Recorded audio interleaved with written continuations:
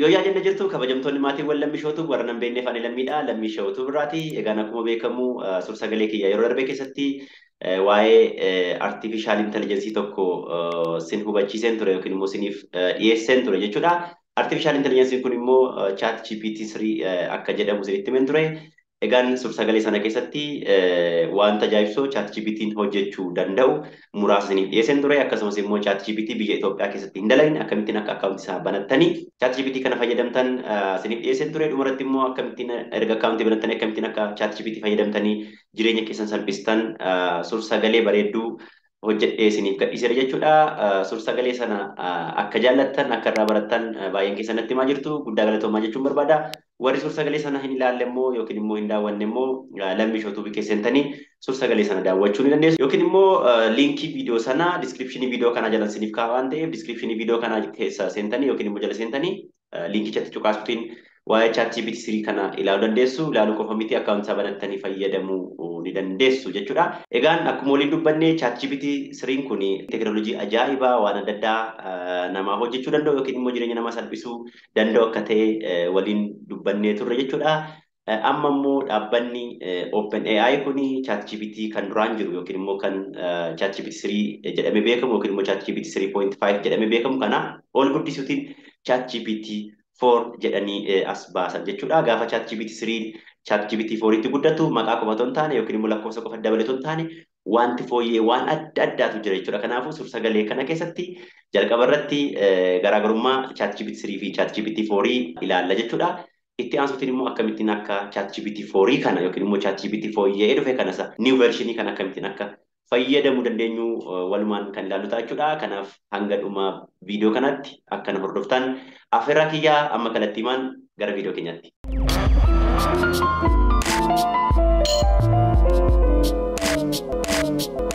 Mee jalqabaa garaagarummaa ChatGPT 3 fi ChatGPT 4 sinitti himu. ChatGPT 4 kun yookiin immoo latest versionii ChatGPT kun kan inni gadhiifame Maarchii 14 bara 2023 dha. Garaagarummaa ChatGPT 3 fi ChatGPT 4 keessaa inni jalqabaa ChatGPT 4 takkaatti teekstii 25,000 process gochuu danda'a jechuudha. Kana jechuun immoo 8 baay'isuu ChatGPT 3 jechuudha. Kana jechuun ChatGPT 3 haga inni process gochuu danda'u baay'isuu 8 process gochuu danda'a jechuudha ChatGPT 4 kuni. Garaagarummaa ChatGPT 3 fi ChatGPT 4 keessaa inni lammaffaan immoo ChatGPT 3 unimodaalidha. ChatGPT 4 immoo multimodaalidha jechuudha. Unimodaal jechuun ChatGPT 3 kan inni process gochuu danda'u yookiin immoo kan inni understand gochuu danda'u yookiin immoo kan inni generate gochuu danda'u tekstii qofa yookiin immoo barreeffama qofa jechuudha.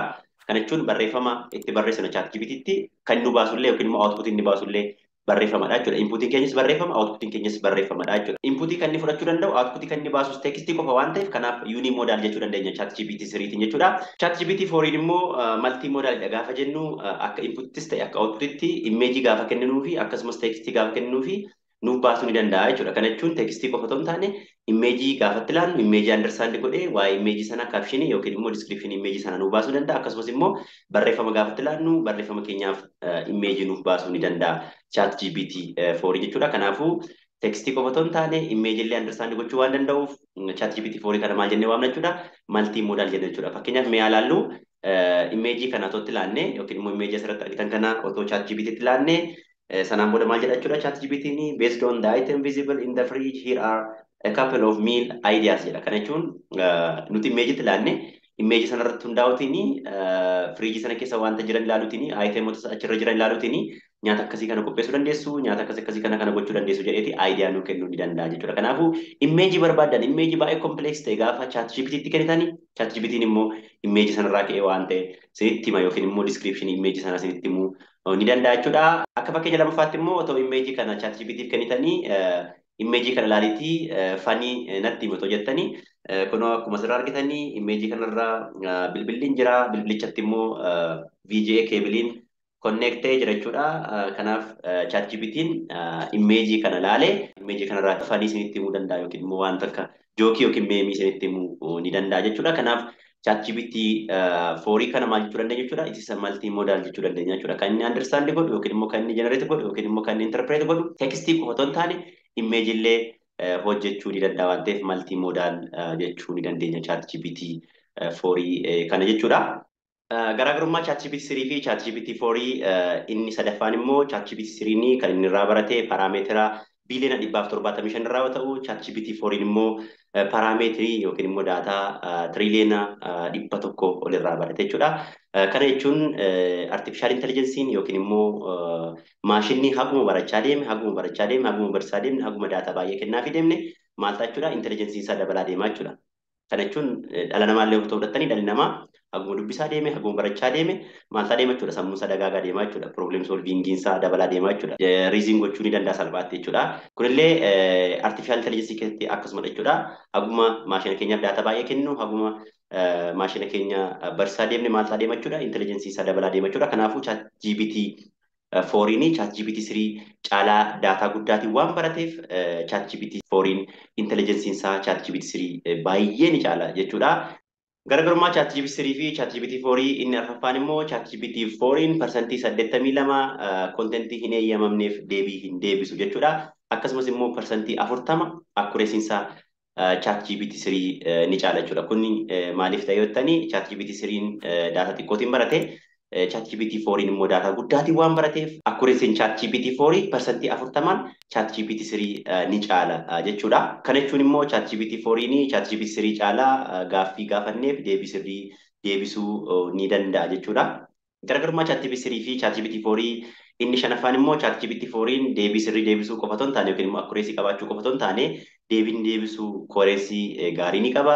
Akkasumas immoo redundancy yookiin immoo irra deebii hin qabu akkasumas immoo complexity hin qabu jechuudha. Garuu ChatGPT 3 yoo dhufne deebiin isaa takka takka complex nutti ta'uu danda'a akkasumas immoo irra deebiin jiraachuu danda'a jechuudha. Deebii sana keessa yookiin immoo redundancy jiraachuu ni danda'a akkasumas immoo wanta dheeraa yookiin immoo waan guddaa yoo gaafanne tekstii guddaa akka inni generate nu godhu otoo gaafanne ChatGPT 3 dokumentiin achirraa generate ta'an suni yookiin immoo tekstiin achirraa generate ta'u suni koherensii gaarii qabaachuu dhabuu ni danda'a jechuudha. Garuu ChatGPT 4 yoo fudhanne ChatGPT 4 deebiin inni generate godhu deebii sirriidha jechuudha. ChatGPT 3 caalaa deebii sirrii tokko qofa otoo hin taane deebiin sun redundancy hin qabaatu yookiin immoo deebii hin qabaatu akkasumas immoo deebiin sun koherensii ni qabaata. Akkasumas deebiin sun kompleksii kan ta'e miti haala salphaatiin deebii namaaf ni deebisa saffisa guddaatiin jechuudha. Garaagarummaa ChatGPT 3 fi ChatGPT 4 inni jaaffaan immoo ChatGPT 3 ni firiidha. Kana jechuun biyyoota gara Awurooppaa gara Ameerikaa kana lakkoofsa bilbilaa isaanii yoo qabaanne lakkoofsa bilbilaa sanaan firiilii maal gochuu dandeenya jechuudha. ChatGPT 3 fayyadamuu ni dandeenya jechuudha. Garuu gara ChatGPT 4tti yoo dhufne ChatGPT 4 ni kanfaltii malee tola hojjechuu hin danda'u jechuudha. Kana jechuun ji'aan doolaara 20 yoo kanfaltan qofadha jechuudha. ChatGPT 4 kana kan isin access gochuu dandeessan yookiin immoo kan isin fayyadamuu dandeessan jechuudha. Kanaafuu gabaabumatti ChatGPT 4 fayyadamuuf ji'aan doolaara 20 kanfaluun dirqamadha jechuudha.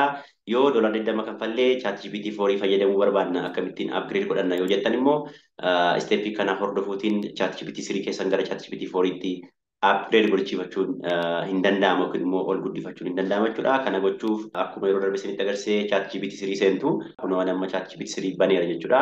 Sana booda karaa harka bitaatiin gara dhumaarra upgrade 2 plus kan jettu jirti. New kan jettu jirti jechuudha. Upgrade 2 plus kan jettutti buutu jechuudha. Isatti gaafa buutanii kunoo asirraa akkuma argitanii ChatGPT plus jedheeti doolaara Ameerikaa doolaara 20 barbaada ji'aan jechaa jira jechuudha. Kanaafuu ji'aan doolaara 20 kanfalleetu kan ChatGPT 4 kana access gochuu dandeenya jechuudha.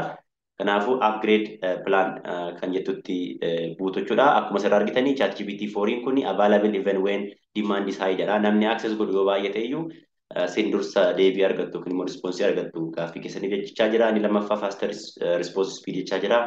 Speed guddaatiin gaaffii keessaniif deebii argattu jechaa jira. Inni itti aanu priority access to new features jedha. Kanaafuu namni ChatGPT 3 gara 4tti guddifatee sarviisii akkasii kana yookiin immoo fiicharii akkasii kana argachuu danda'a jechuudha.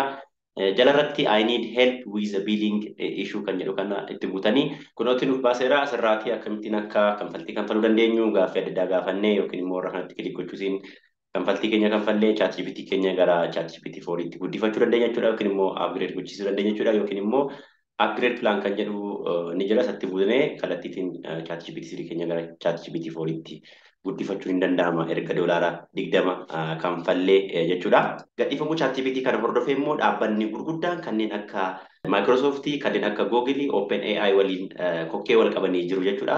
Kana jechuun erga ChatGPT'n gadhiifame Microsoftiin yookiin immoo dhaabbanni Microsoftii chatbootii Bing jedhamu gadhiiseera. Akkasumas immoo dhaabbanni Google Artificial Intelligence yookiin immoo chatbootii Bard jedhamu gadhiisee jira jechuudha. Kanaaf suur-sagalee kiyya yeroo itti aanu keessatti garaagarummaa chatbootota kanaa kana jechuun kan OpenAI ChatGPT kan Microsoft Bing fi kan Google Bard kana wal bukkee qabeen isiniif dhiyeessa jechuudha. Akkam tokko fooyya'aa ta'e akkasumas immoo Bing fi yookiin immoo kan Microsoft fi kan Google Bard kana akkamittiin akka fayyadamuu dandeessan illee viidiyoo yeroo itti dhugeetti qabadheen isiniif dhiyaadha jechuudha.